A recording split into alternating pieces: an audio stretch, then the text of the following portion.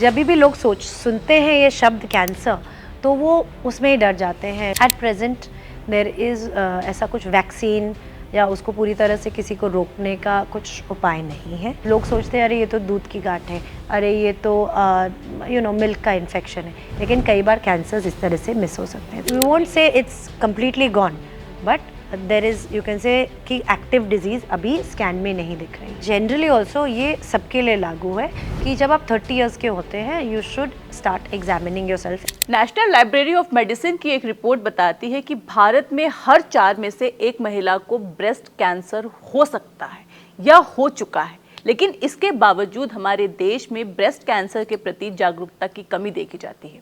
नमस्कार, आप देख रहे हैं द हेल्थ साइट में हूं आपके साथ आशु श्रीवास्तव। दोस्तों, भारत में ब्रेस्ट कैंसर का आंकड़ा तेजी से बढ़ रहा है, इसके बावजूद जागरूकता की कमी है। आखिरकार ब्रेस्ट कैंसर है क्या?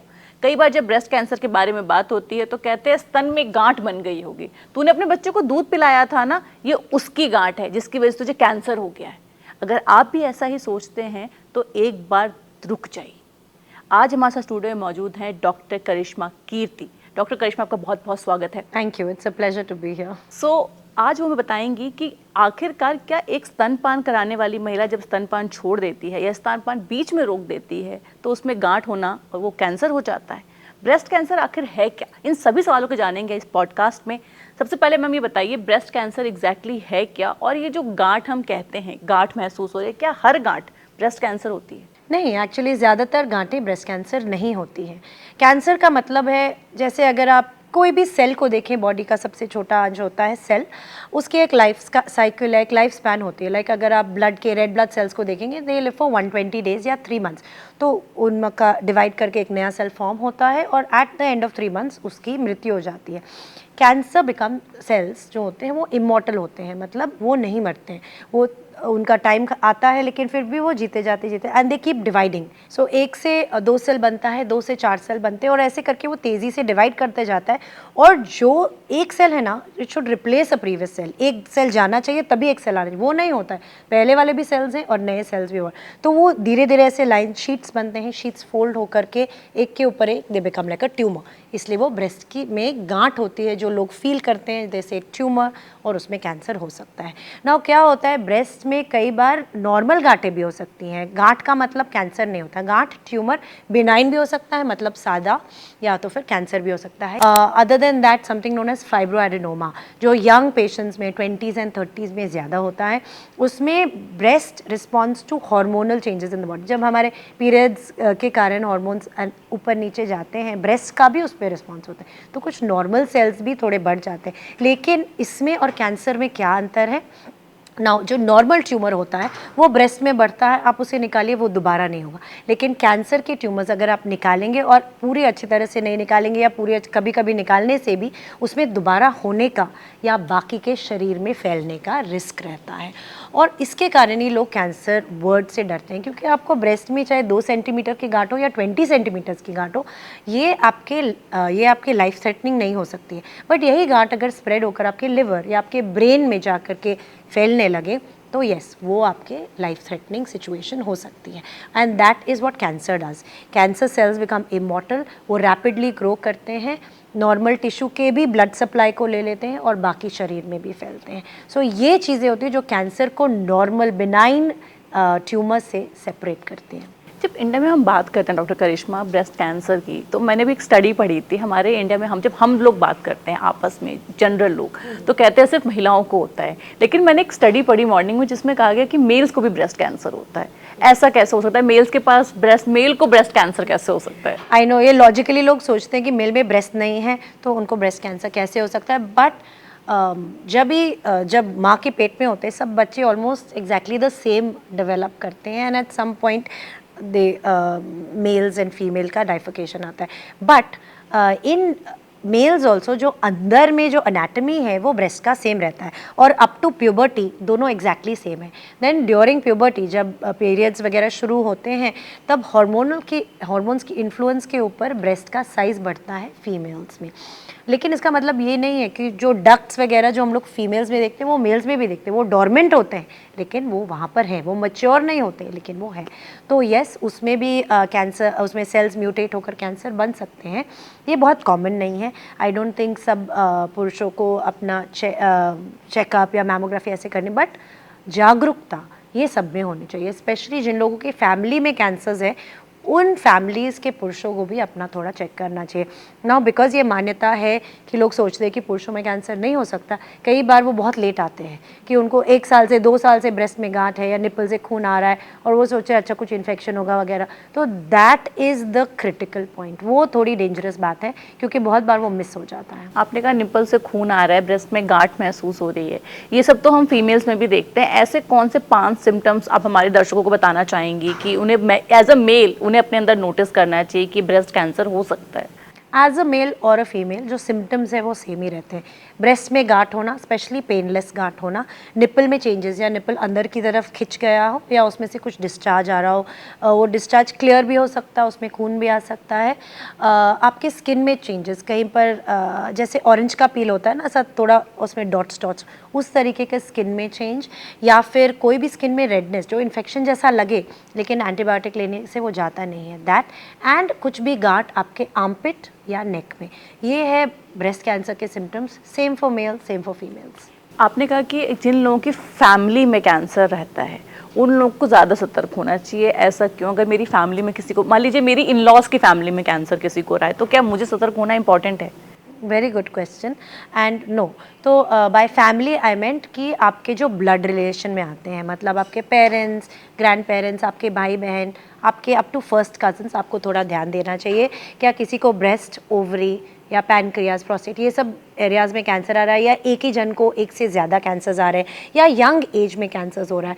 तो सम ब्रेस्ट कैंसर्स आर रिलेटेड, मतलब कुछ ब्रेस्ट कैंसर्स होते हैं जो फैमिली से रिलेटेड होते हैं, बट ये हार्डली 5 to 10% जो सब हम लोग ब्रेस्ट कैंसर देखते हैं उसमें 5 to 10% लोग ही फेमिलियल ब्रेस्ट कैंसर्स के पेशेंट्स होते हैं। बाकी जो 90-95% पेशेंट्स होते हैं दे आर स्पोरेडिक, मतलब उनमें कुछ फैमिली का रोल नहीं है या जेनेटिक रोल नहीं है जो हम लोग आइडेंटिफाई कर सकते हैं कि इस कारण उनको कैंसर हुआ है। जो हम बात कर रहे हैं कि हम ब्रेस्ट कैंसर हो रहा है, केसेस बढ़ रहे हैं, क्या जंक फूड, प्रोसेस फूड, हम ड्रिंक की बात करें, अल्कोहल की बात करें, स्मोक, क्या इनकी वजह से भी ब्रेस्ट कैंसर के केसेस बढ़ रहे हैं इंडिया में? Yes definitely, it's a very clear link. और हमने बहुत सारे स्टडीज़ में देखा है कि मैं आपको थोड़ा बाइफरकेट करके बताती हूँ ताकि सब कुछ आपको ईजिली समझे। सो ब्रेस्ट कैंसर के रिस्क फैक्टर्स होते हैं। इट्स नॉट कि एक चीज़ के कारण एक चीज़ होने के कारण ब्रेस्ट कैंसर होता है। तो उसके रिस्क फैक्टर्स क्या होते हैं? एक तो होते हैं मॉडिफाइबल, जो चीज़ें हम लोग बदल सकते हैं, और नॉन मॉडिफाइबल जो हम लोग चेंज नहीं कर सकते हैं। तो आप क्या चेंज नहीं कर सकते हैं? आपकी एज जो बढ़ती है, एज बढ़ने से ब्रेस्ट कैंसर का रिस्क बढ़ता है। बीइंग बॉर्न फीमेल, अगर आप फीमेल हैं तो आपका रिस्क किसी भी मेल से ज़्यादा रहेगा। आपके फैमिली हिस्ट्री है या आपको कोई जेनेटिक म्यूटेशन है, जैसे कि आपने सुना होगा BRCA1 या BRCA2 जीन्स में चेंजेस है, उसके कारण अगर आपको बचपन में कुछ रेडिएशन मिला हो किसी और कैंसर के लिए लाइक लिम्फोमा वगैरह, तो उसके कारण भी आपका ब्रेस्ट कैंसर का रिस्क बढ़ सकता है। Now these are things we can't change. और अदर देन दैट, आपका पीरियड्स क्या एज में आया, यंग एज में पीरियड आना या लंबे समय तक 55 के बाद भी पीरियड्स कंटिन्यू होना, उससे भी ब्रेस्ट कैंसर का रिस्क बढ़ता है। नाउ क्या हम लोग चेंज कर सकते हैं? Number 1 is fitness. तो अगर आपका वेट रेंज में है तो उससे आपका ब्रेस्ट कैंसर का रिस्क कम होता है। अगर आप हेल्दी खाते हैं, avoid processed, ultra processed food, red meets, anything जो पैकेट से निकले वो बेसिकली नहीं खाना चाहिए। तो हेल्दी लोकल खाना is the best, not just breast cancer के लिए, बहुत सारी चीज़ों के लिए। आप आधी बीमारियां आप अवॉइड कर सकते हैं जस्ट अपना खाने पर वॉच करने से। And exercise, movement is medicine, और ये सच बात है for many things and breast cancer के लिए भी। और लोग सोचते हैं अच्छा हाँ मोटापा इसलिए बोल रहे हैं, नहीं। ऐसा देखा, अगर आप 2 लोग को देखें, 2 महिलाएं, सेम वेट सेम हाइट, लेकिन एक वर्कआउट करता है एक नहीं, द पर्सन जो वर्कआउट करता है उसका ब्रेस्ट कैंसर रिस्क कम है जो वर्कआउट नहीं करते हैं उससे ज़्यादा। सो एक्टिव लाइफस्टाइल बहुत इंपॉर्टेंट है। Other than that, oral contraceptive pills, long term use, 5-10 साल अगर आप ओरल कॉन्ट्रासेप्टिव पिल्स लेते हैं तो उससे भी ब्रेस्ट कैंसर का रिस्क थोड़ा बढ़ता है। एंड मीनोपॉज के बाद hormone replacement therapy even 1 to 2 years can increase your risk. क्या एज में बच्चे होते हैं वो भी इम्पॉर्टेंट है। अगर 30 से कम एज में आप बच्चे करें तो that's better for breast cancer risk. I know सबके लिए पॉसिबल नहीं है, लेकिन ये पता होना चाहिए लोगों को। और ब्रेस्ट फीडिंग, अगर आप ब्रेस्ट फीड करते हैं तो भी आपका ब्रेस्ट कैंसर का रिस्क कम होता है। लेकिन तो हमने even सुना 4 है months, लेकिन हमने सुना है कि ब्रेस्ट कैंसर जो मतलब हम सिटीज़ की बात कर रहे हैं, टायर 2 टायर 3 सिटीज़ में, वहाँ तो कहा जाता है कि आप स्तनपान करवा रही हैं, आप ब्रेस्ट फीड करवा रही हैं, इसलिए आपको ब्रेस्ट कैंसर हो रहा है। तो ये सही मान्यता नहीं है। ये बहुत बहुत पुराने और बहुत लंबे स्टडीज़ हुए हैं जिसमें देखा गया है कि थोड़ा भी आप अगर 4 मंथ्स भी ब्रेस्ट फीडिंग करते हैं तो आपका ब्रेस्ट कैंसर का रिस्क कम होता है। और हर साल every year of breast feeding से आपका 4% ब्रेस्ट कैंसर का रिस्क कम होता है। तो इट्स अ बिग नंबर और उसको ध्यान भी रखना चाहिए। जब हमने अभी बात शुरू की तो आपने कहा कि अगर लड़कियों को कम एज में पीरियड्स आ रहे हैं तो ये भी ब्रेस्ट कैंसर का साइन हो सकता है, पर हम आजकल बहुत सारी ऐसी खबरें पढ़ते हैं, 6 साल की बच्ची को पीरियड्स होते हैं, 8 साल की लड़की को पीरियड्स हो रहे हैं, 9 साल की बच्चियों की स्तनों में उभार आ रहा है। तो क्या ऐसी लड़कियां जिनको कम एज में पीरियड्स हो रहे हैं उन्हें क्या करना चाहिए to prevent breast cancer? So एक इम्पॉर्टेंट चीज़ है, one is maintaining a good weight, healthy, जो भी हमने बोला, healthy lifestyle and active lifestyle. उसके अलावा आई थिंक उनको थोड़ा सतर्क रहना चाहिए। अगर स्पेशली अगर उनके फैमिली में भी किसी को कैंसर है, एंड जनरली ऑल्सो ये सबके लिए लागू है कि जब आप 30 ईयर्स के होते हैं you should start examining your self. In fact even earlier 2025 में लोगों को आइडिया होना चाहिए कि ब्रेस्ट कैंसर क्या होते हैं, उसके सिम्टम्स क्या होते हैं, और अपने आप को एग्जामिनेशन करना शुरू कर देना चाहिए। एट 30 आपको किसी भी डॉक्टर, या तो आप गायनी के पास जाइए या ऑन्कोलॉजिस्ट के पास जाइए, और अपने ब्रेस्ट को हर साल एक बार उनसे जस्ट नॉर्मल फिजिकल एग्जामिनेशन करवा लीजिए। एंड व्हेन यू टर्न 40 और 45, ऑन्कोलॉजिस्ट से मिलकर उनको पूछिए क्या मुझे मैमोग्राफी करने की ज़रूरत है। So these are the things. तो जैसा कि मैंने बोला, इन इंडिया ब्रेस्ट कैंसर का जो रिस्क है वो उतना हाई नहीं है जितना वेस्टर्न कंट्रीज़ में है। तो सबको मैमोग्राफी करना ज़रूरी है? Not really.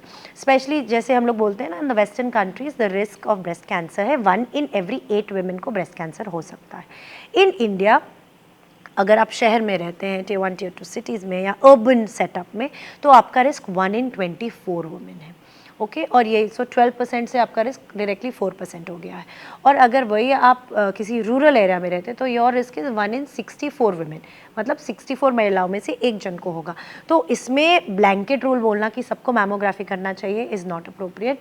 आई थिंक थोड़ा हमें अभी कुछ गाइडलाइंस नहीं है, बट जो मैं फॉलो करती हूँ, अगर आप अर्बन सिटी में रहते हैं और आपको जो हमने रिस्क फैक्टर्स बोले जैसे मोटापा, शराब का सेवन, अगर ये सब कुछ भी है तो you can start your mammography screening 40 years की एज पे। जब हम बात करते हैं ब्रेस्ट कैंसर की ट्रीटमेंट की, तो आज हम देख रहे हैं एआई आ गया है, बहुत सारे टूल्स आ गए हैं। कौन कौन से नए मॉडर्न ट्रीटमेंट आए हैं जो ब्रेस्ट कैंसर के ट्रीटमेंट में हेल्प कर रहे हैं लोगों को? ब्रेस्ट कैंसर का ट्रीटमेंट इतनी तेज़ी से बढ़ रहा है, दैट्स वाई ये बहुत ही इंटरेस्टिंग फील्ड है। हर लेवल पे नई तकनीकें आ गई है, फ्रॉम इमेजिंग जो कि होता है सोनोग्राफी, मैमोग्राफी में एआई का हेल्प, ऑफ कोर्स वो कंप्यूटर एडेड डिटेक्शन बहुत टाइम से था, but now there is also use of AI. Yes, साथ में I think human approach is also important. Surgery में नई तकनीकें आई, आजकल हम लोग बहुत ब्रेस्ट बचा के सर्जरी कर रहे हैं, जिनका ब्रेस्ट निकालना पड़ा है उनका भी हम लोग ब्रेस्ट दोबारा रिकन्स्ट्रक्ट कर रहे हैं। मिनिमली इन्वेजिव, मतलब जो हम लोग जैसे दूरबीन से बोलते हैं ना ऑपरेशन, वो अभी ब्रेस्ट में, रोबोटिक ऑपरेशन ब्रेस्ट में, दैट हैज़ कम इन। उसके अलावा मेडिसिन या कीमोथेरेपी में इम्यूनोथेरेपी का एक बहुत बड़ा रोल आया है, और personalised medicine and drug antibody conjugate, that's become a big thing कि एंटीबॉडी, और बेसिकली हम लोग किस डायरेक्शन में मूव कर रहे हैं, पर्सनलाइज्ड मेडिसिन। मतलब जैसे कि पहले 10-20 ईयर्स पहले किसी को भी कैंसर होता था, ब्रेस्ट कैंसर, तो ये से अच्छा 6 साइकिल ये वाला कीमोथेरेपी ले लो, ऑपरेशन कर देंगे वगैरह। लेकिन अब हम लोग देखते हैं कि अच्छा ब्रेस्ट कैंसर का हमने बायोप्सी लिया, अब हम लोग उसमें ये भी चेक करते हैं ये कौन से टाइप का है, और उसकी बेसिस पे हम लोग देखेंगे कि इनको कीमो की ज़रूरत है कि नहीं, इम्यूनोथेरेपी की ज़रूरत है कि नहीं, टारगेट थेरेपी की ज़रूरत नहीं है कि नहीं, और पहले क्या करना चाहिए, सर्जरी की कीमो। अगर हमने कीमो के बाद सर्जरी किया, उसके बाद जो टिश्यू निकला उसमें कैंसर सेल्स दिख रहे हैं कि नहीं, उसके बाद फिर से चेंज होता है। तो हम लोग एट एवरी लेवल डिसाइड कर रहे हैं, और कभी भी पेशेंट ए और पेशेंट बी का ट्रीटमेंट एग्जैक्टली सेम नहीं होगा। एट हर पॉइंट हम लोग डिसाइड करें अच्छा अभी हम लोग इसको बेस्ट क्या दे सकते हैं। तो आई थिंक ये बहुत ज़्यादा हो रहा है, और इसके कारण साइड इफ़ेक्ट्स भी कम हो रहे हैं और इफ़ेक्टिवनेस भी सर्जरी की एंड ट्रीटमेंट की बढ़ रही है। मतलब जैसे हम डॉक्टर करिश्मा ने बताया हमें कि दो अगर ब्रेस्ट कैंसर के पेशेंट एक रूम में हैं, दोनों का हो सकता है कैंसर सेल एक ही जैसा हो, लेकिन दोनों के ट्रीटमेंट, दोनों की थेरेपीज अलग अलग होंगी। डॉक्टर करिश्मा, जब इंडिया में हम बात करते हैं ब्रेस्ट कैंसर की, तो अक्सर ऐसा, मतलब मैं अभी भी सुन लेती हूँ जब गाँव वगैरह जाती हूँ, तो अगर किसी को ब्रेस्ट कैंसर हो गया वो पूरी तरह से ठीक नहीं होगा। जब भी लोग सुनते हैं ये शब्द कैंसर, तो वो उसमें ही डर जाते हैं। लेकिन आई थिंक इम्पॉर्टेंट है अंडरस्टैंड करना कि आजकल बहुत सारी, एक तो नई नई तकनीकें आ गई हैं, और ब्रेस्ट कैंसर इन जनरल बहुत ही क्योरेबल है। डिपेंड करता है कौन से स्टेज पर आपको उसको कैच करें। तो जितना अर्ली हम उसको कैच करेंगे, उसका मतलब है आप अच्छे रहेंगे, लंबे समय तक अच्छे रहेंगे। दूसरी बात है कि आपका ट्रीटमेंट भी थोड़ा कम होगा, आपकी सर्जरी भी थोड़ी कम लगने के चांस है। तो फिर इसलिए अर्ली डायग्नोसिस बहुत इंपॉर्टेंट है।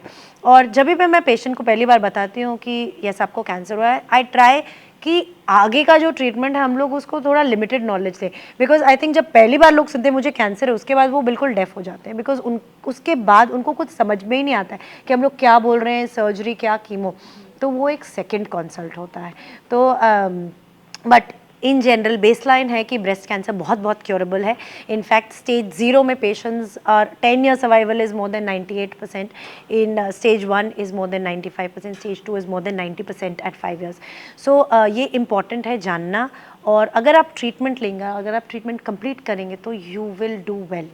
अगर आप इलाज लेंगे तो जाहिर सी बात है बीमारी जल्दी समझ में आएगी, जल्दी ठीक हो जाएगी, जल्दी अच्छे लंबे समय तक भी आप ठीक रहेंगे। तो ब्रेस्ट कैंसर के ट्रीटमेंट में कितना टाइम लगता होगा? अगर किसी को ब्रेस्ट कैंसर है 0, स्टेज 1, स्टेज 2, तो कितना टाइम लगता होगा? तो ये बहुत ही इंडिविजुअलाइज्ड है। अगर हम लोग इम्यूनो वगैरह दे रहे हैं या टारगेटेड थेरेपी दे रहे हैं, तो वो 1 साल तक भी चलता है। लेकिन अगर बेसिक हमने सर्जरी किया, उनको जो नॉर्मल कीमोथेरेपी, सर्जरी करेंगे 1 दिन लगता है, ठीक हो जाएंगे। नेक्स्ट ट्रीटमेंट का अगर हम लोग कीमो दे रहे हैं, तो वो 2 से 3 हफ्ते के बाद शुरू होगा। कीमोथेरेपी जनरली 3 से 6 महीने डिपेंडिंग ऑन कितना दे रहे हैं, और उसके बाद 1 महीना रेडिएशन के लिए। नाउ जो लोग हार्मोन रिसेप्टर पॉजिटिव होते हैं, उनको 5-10 साल तक हम लोग टैबलेट्स देते हैं, वो भी ट्रीटमेंट चल ही रहा है। और अगर टारगेटेड थेरेपी होती है तो वो 1 साल तक चलती है। तो इट्स वेरी डिफिकल्ट टू से कि इतने टाइम में आपका, but active treatment around 6 months to 9 months चलता है। अगर आपको ब्रेस्ट कैंसर है, अगर आप ब्रेस्ट कैंसर का ट्रीटमेंट के बारे में सोच रहे हैं, तो आपको 6 से 9 महीने कम से कम लगेंगे। डॉक्टर करिश्मा, जब बात करते हैं ब्रेस्ट कैंसर की, तो हम, मतलब मैंने बहुत सारे रील्स देखे हैं, तो ऐसा कहा जाता है कि अगर आपको एक बार ब्रेस्ट कैंसर ठीक हो गया, लेकिन वो दोबारा लौट कर आएगा, ऐसा सच, ये सच है या नहीं? तो हमें ध्यान देना चाहिए कि हम लोग ट्रीटमेंट अर्ली आएँ, ट्रीटमेंट कंप्लीट करें, और उसके बाद फॉलो अप करें। तो फॉलो अप भी बहुत इंपॉर्टेंट है। येस, कैंसर का मतलब होता है येस कि हम लोग आपको 100% नहीं बोल सकते कि आपको कभी दोबारा नहीं आएगा।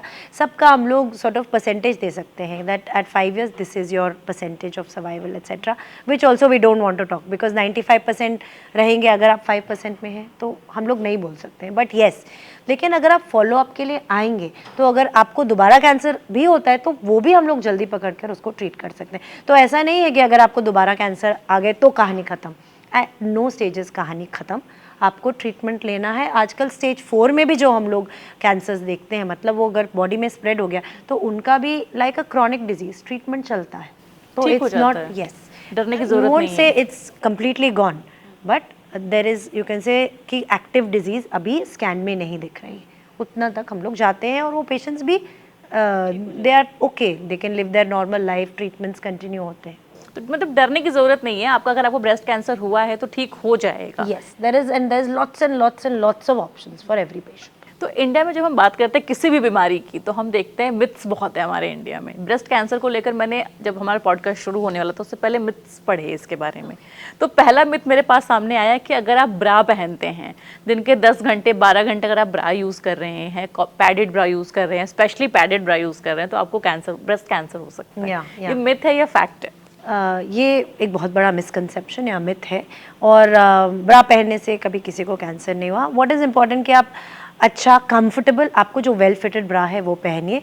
आप पहनिए या नहीं पहनिए, आपके ऊपर है, दिन में पहनिए, रात में पहनिए, अप टू यू। लेकिन उससे कभी भी there is no scientific evidence जो बोलता है कि ब्रेस्ट कैंसर ब्रा पहनने से, किसी भी टाइप के black colour underwire, padded, push up, किसी से नहीं होता। मिथ्स की बात कर रहे हैं हम, मिथ्स में ये मिथ्स ये भी है कि डिओड्रेंट लगा रहे हैं, आजकल रोल ऑन डिओड्रेंट आ गए हैं, स्प्रे वाले डिओड्रेंट आ गए हैं, अगर आप अपने अंडर आर्म्स में ब्रा के ऊपर अगर आप वो डिओड्रेंट यूज़ करते हैं तो उससे भी ब्रेस्ट कैंसर होता है। या ये मैं मतलब डेली सुनती हूँ, तो मैं सरप्राइज भी नहीं हूँ। बहुत सारी ऐसी चीज़ें हैं जो लोग पता नहीं कहाँ से पढ़ते हैं, बट ये भी अनट्रू है, इसका भी कुछ साइंटिफिक एविडेंस नहीं है।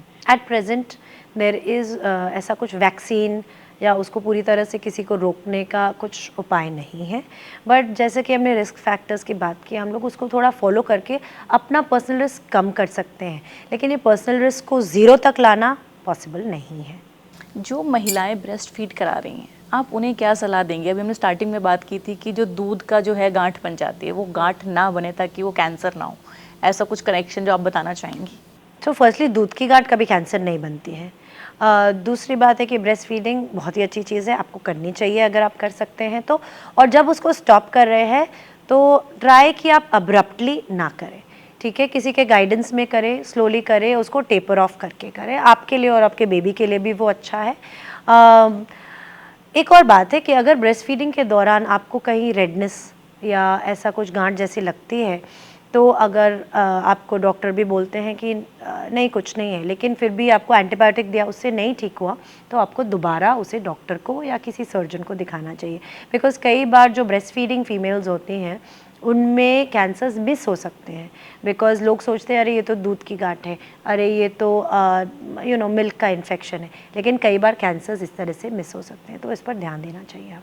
जब इंडिया में हम बात कर रहे हैं ब्रेस्ट कैंसर की, 5 सलाह जो आप हमारे यूज़र्स को देना चाहेंगे कि आपको ये फॉलो करना चाहिए या ये चीज़ अपनानी चाहिए ताकि ब्रेस्ट कैंसर ना हो? First is exercise, I would say कि वो सब चीज़ में हेल्प करता है। देन स्वस्थ अपना पौष्टिक आहार लेने के लिए। तीसरी चीज़ होगी टू अवॉइड अल्कोहल, शराब का सेवन बंद कर सकते हैं तो बंद कीजिए। द थर्ड इज़ एक्टिवली अपने हेल्थ को अपने कंट्रोल में लीजिए। तो जो आपके रेगुलर टेस्ट्स हैं, अपने आप को जांच करना, डॉक्टर्स के पास जाना, कुछ मिले तो अपने हेल्थ को प्रायोरिटी नंबर 1 बनाएं। बिना हेल्थ के आपके पास कुछ भी नहीं रहेगा। And I think these are the 4 advices that I would like to give. Thank you doctor Karishma for this advices. अगर आप भी ब्रेस्ट कैंसर के किसी मरीज़ को जानते हैं या ब्रेस्ट कैंसर से बचना चाहते हैं तो इस वीडियो को अपने फ्रेंड, फैमिली और हर एक महिला के साथ शेयर कीजिए। सिर्फ एक महिला के लिए नहीं, एक पुरुष के लिए भी ये वीडियो देखना उतना ही ज़रूरी है, क्योंकि एक पुरुष को भी ब्रेस्ट कैंसर हो सकता है। अगर आपको वीडियो पसंद आया हो तो इसे लाइक कीजिए, शेयर कीजिए, चैनल को सब्सक्राइब कीजिए।